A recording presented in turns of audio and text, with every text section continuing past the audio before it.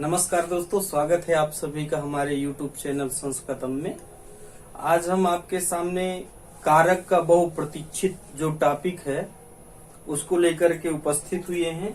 जैसा कि बोर्ड में आप देख रहे हैं कि अपादान कारक अंकित है, तो आज हम आपसे अपादान कारक की चर्चा करने वाले हैं। आइए चर्चा की शुरुआत करते हैं। पहला हमारा जो सूत्र है ध्रुवम अपाय अपादानम, इसको मैं बता दूं, ये कारके के अधिकार में सारे सूत्र जो है पढ़े गए हैं। कारके का अधिकार है तो ये यहाँ पर कारके का अधिकार चल रहा है और कारके की जो सूत्र संख्या है 1, 4 और 23, यह सभी में जुड़ेगा। ठीक है, जैसे ये अपादान संज्ञा सब में जुड़ेगी, इसी प्रकार से कारक जुड़ेगा। ठीक, क्योंकि इसका अधिकार है, इसके अधिकार क्षेत्र में। जैसे आप मान लीजिए यूपी से बिलोंग करते हैं, भारत में कहीं भी जाते हैं तो लोग कहते हैं कि ये यूपी से आए हुए हैं, क्योंकि यूपी के अधिकार क्षेत्र में आप रहते हैं। तो इसी प्रकार से कारक के अधिकार क्षेत्र में ये रहते हैं सूत्र, तो इनके साथ कारक शब्द हम जोड़ते हैं।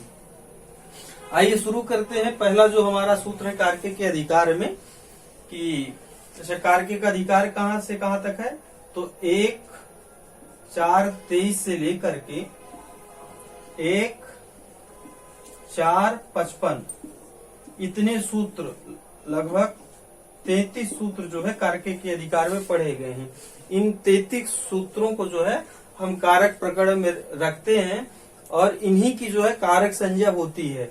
इसमें कुछ वार्तिक सूत्र भी आपको मिल जाएंगे और 33 जो है मुख्य सूत्र हैं। ठीक है, तो इन्हीं को हम कारक कहते हैं। बाकी अन्य जो सूत्र मिलते हैं तो विभक्ति के मिलते हैं, कर्मक प्रवचनी के मिलते हैं, उपपद विभक्ति इत्यादि के, तो उनको जो है हम इसमें नहीं पढ़ेंगे। ठीक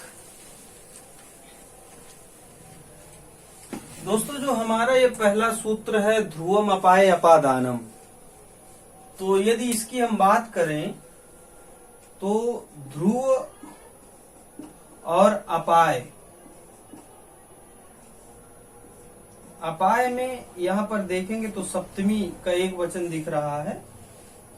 तो ये जो ध्रुव है और अपाय है, तो ध्रुव शब्द का जो अर्थ है तो ये एक स्थिरता को दिखाता है, और अपाय का अर्थ है मतलब अलग होना। तो एक स्थिर जगह से जो चीज अलग होती है, जैसे मेरा हाथ है, मान लीजिए स्थिर है, यहाँ से ये चीज अलग हुई, तो अलग क्या हो रहा है, मार्कर हो रहा है। हाथ हमारा स्थिर है। जैसे घर है, मैं घर से बाहर जा रहा हूँ तो घर क्या है, स्थिर है, और मैं बाहर जा रहा हूँ तो मतलब जो बाहर जाएगा, जो अलग होगा, वो क्या कहा जाएगा, अपाय कहा जाएगा। उसको क्या कहेंगे, अपाय कहेंगे। और जो स्थिर रहेगा उसको ध्रुव कहेंगे। और यही ध्रुवम अपाय अपादानम, यह जो हमारा सूत्र है, इसी की क्या करता है, अपादान संज्ञा करता है। इसे हम क्या कहेंगे, अपादान कहेंगे। किसको हम कहेंगे, ध्रुव को कहेंगे। तो जो स्थिर रहे, जो स्थिर रहेगा तो उसी की क्या हो जाएगी, अपादान संज्ञा हो जाएगी। जो बाहर जाएगा मतलब एक जिससे अलग हो, एक जिससे अलग हो और एक जो अलग हो। ठीक है ना, दो चीज हो गई। तो जिससे अलग हुआ जाएगा वो ही अपादान होगा, उसी को क्या कह देंगे, अपादान कह देंगे। ठीक, जैसे मान लीजिए छत से कोई चीज आप फेंक रहे हैं, तो मान लीजिए छत से आपने गेंद फेंका, ठीक, तो गेंद नीचे जो गई तो वह अपाय हो जाएगी और आपकी छत क्या हो जाएगी, ध्रुव हो जाएगी। तो जो स्थिर रहेगी उसी को ध्रुव कहेंगे, और ध्रुव में जो है अपादान कारक होगा। यहाँ पर क्या आपको कहना है सही, यदि आप इसका वो करेंगे तो अपादान और साथ में कारक जोड़ना है, अपादान कारक किसकी, ध्रुव की। ठीक, आइए उदाहरण से इसको समझते हैं। सिद्धांत कौमुदी के अंतर्गत जो उदाहरण दिए गए हैं, आइए हम उनको समझने का प्रयास करते हैं। तो यहाँ पर हमारे सामने आ रहा है ग्रामाद आयाति। ठीक है ना, ग्रामाद आयाति। अब देखिए गांव से अलग हो रहा है कौन, मान लीजिए कर्ता लगा दीजिए, रामः ग्रामात् आयाति, ये है कर्ता आपका, ये जो है अपादान है और ये क्रिया हो गई। तो कौन आ रहा है, राम आ रहा है। तो राम को क्या आप कहेंगे, अपाय कहेंगे, क्योंकि भाई राम ही ना अलग हो रहा है गांव से, और गांव तो जस का तस वहीं स्थिर है, तो इसको हम क्या कह देंगे, इसको ध्रुव कह देंगे। जो चीज स्थिर रहेगी उसको हम ध्रुव कहेंगे, और जो चीज अलग होगी उसको हम कह देंगे अपाय कह देंगे। ठीक, यहाँ पर हम इसको पुस्तक रख देते हैं जिससे हमें उदाहरण देखने को मिलते रहे।